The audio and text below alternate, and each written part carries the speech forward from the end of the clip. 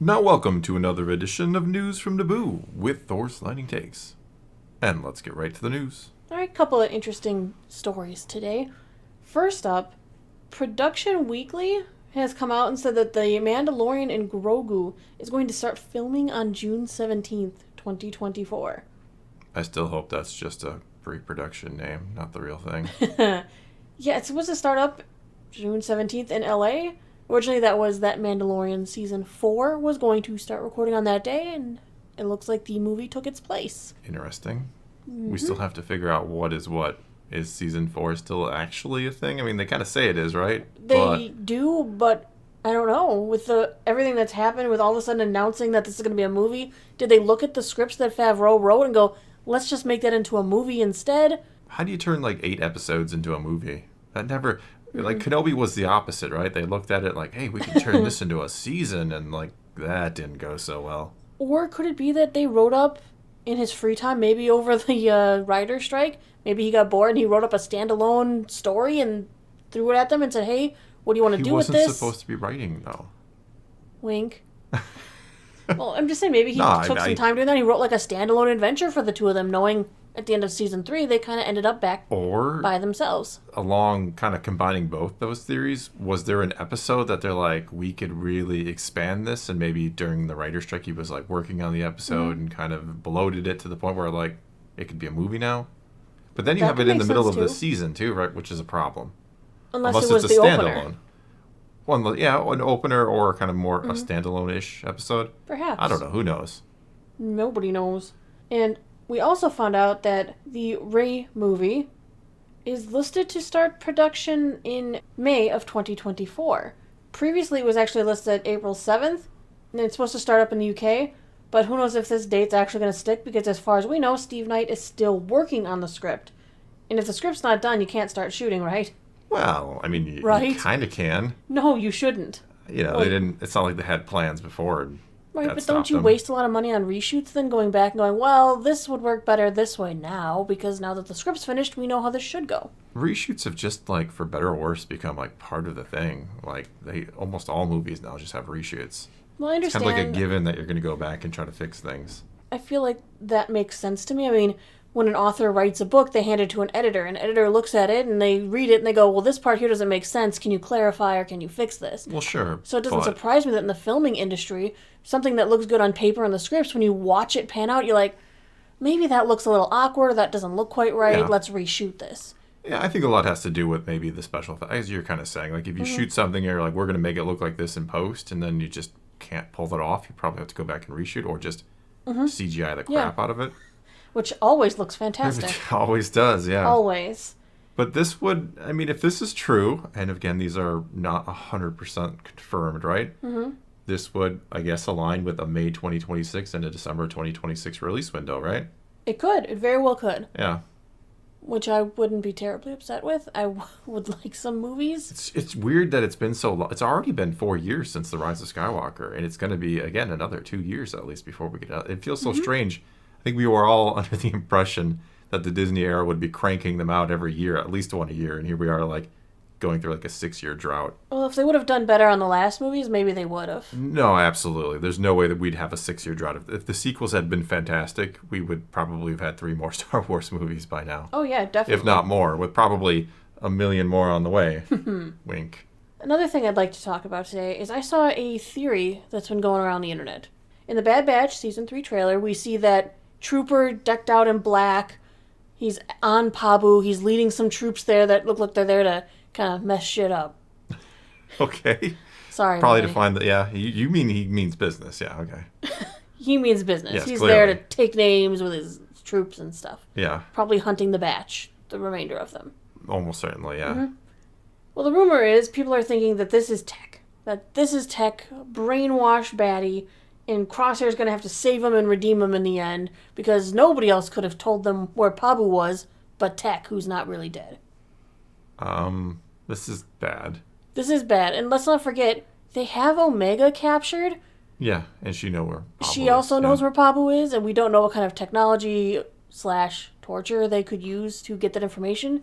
Well, not saying they'll torture the child, but if they torture Crosshair in front of her, she'll give up that information. She doesn't want Crosshair to suffer. Yeah, if memory serves, they tried to send, or Crosshair tried to send a message. Perhaps they traced the message, or who knows what, right? Absolutely. I've seen that before in the Phantom Menace with Maul and don't answer, don't respond, don't send a response of any kind. I'm sorry, screwing up the quote, but you know what I mean.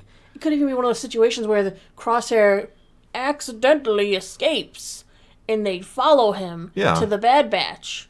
But they actually, it turns out, you let him go so we could follow him. Ha ha ha ha. I think my biggest issue with this is it's the same idea with Crosshair. Or Tech would be the same thing with Crosshair. You've lost a member to the Empire, and you've got to rescue them, and they're kind of brainwashed. Because that's what happened to Crosshair, right? The chip kind of didn't wear off. It worked too well on him as opposed to the other ones, right? But he actually turned around and said that the chip didn't work, that he wasn't happy with the status quo, and he decided the Empire could help him. You're right. It's absolutely, I think, very cliche to just keep using the same trope over and over. I don't want them to bring Tech back. As much as I loved Tech, especially in Season 2, I just think it's a dishonor to just be like, look, he's back again. He's not dead, especially seeing as they're resurrecting Ventress this season. Well, we don't know that they're we don't know what they're doing with her. Lazarus Pit on...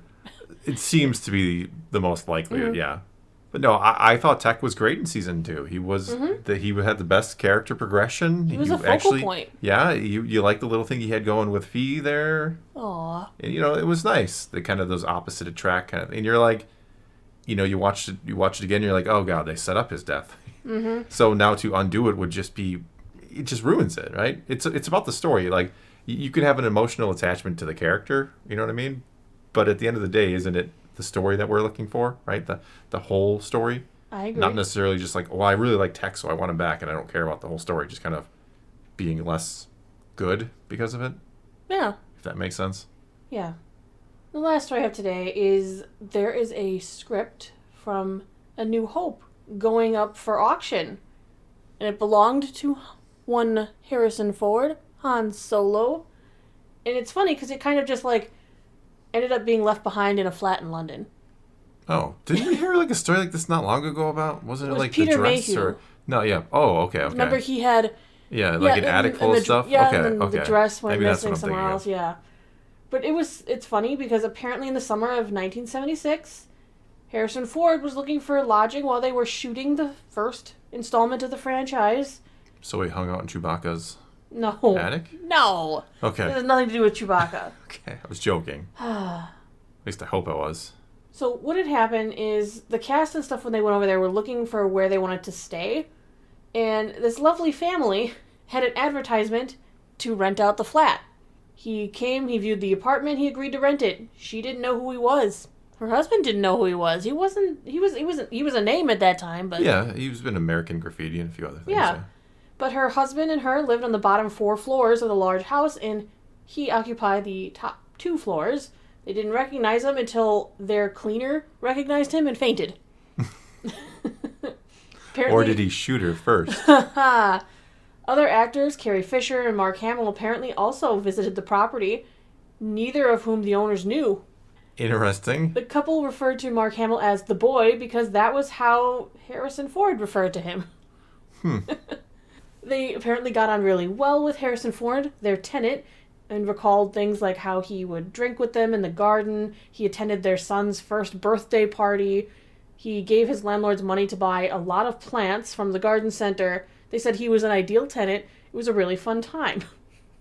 Yeah, it was fun to have the New Hope crew hanging out upstairs. At your house. Yeah, why not? When the production finished, Mr. Ford moved out of the flat and left behind a 4th draft script for the film, with the movie's original title on it, The Adventures of Luke Starkiller. Yeah. Yes. The script is incomplete, it's unbound, it has different colored pages, kind of indicating all of the revisions, and includes scenes and characters that were even cut from the final edit. Ooh. Yeah. Like Jabba the Hutt until he got put back in there? Of course. There's also a letter that was left behind that comes from Patricia McQueenie to Harrison Ford. She was his longtime agent, discussing his contracts and future film prospects. And the letter apparently also scolded him for not contacting his wife. Couldn't imagine why that would be the case. Yeah, one of the film's shooting schedules is going up with this. There's a handwritten note appearing to talk about a meeting between Harrison Ford and the film producer, Robert Watts. February 17th, they're auctioning this whole lot off. So did the family just have this for the last 45, He left it behind, and they just years? held on to it, I guess. Even more, I suppose. Yeah. Or maybe they didn't realize it was there, and now they're cleaning or something, and they just... You like, didn't oh, clean look, your attic for like a half century? it's the top 2 floors. Okay. Oh, I don't know why I keep getting stuck. It was an attic. Yeah, He's living in... Because the Chewbacca thing was an attic, was left yes. behind in the attic. And I'm merging the two stories. I actually believe they got the Mayhew estate got that back. I think I remember it didn't hearing end up that, going to auction. That's kind of crazy. Can you imagine, like, that's your story? Like, yeah, the Star Wars cast used to just come over and hang out and stuff. Harrison, Mr. the boy. Ford, and the boy. The boy. God, that sounds... I'm not going to get into what that sounds like. Oh, but it's such a cute story because they're like, hey, we just rented our flat out for the summer.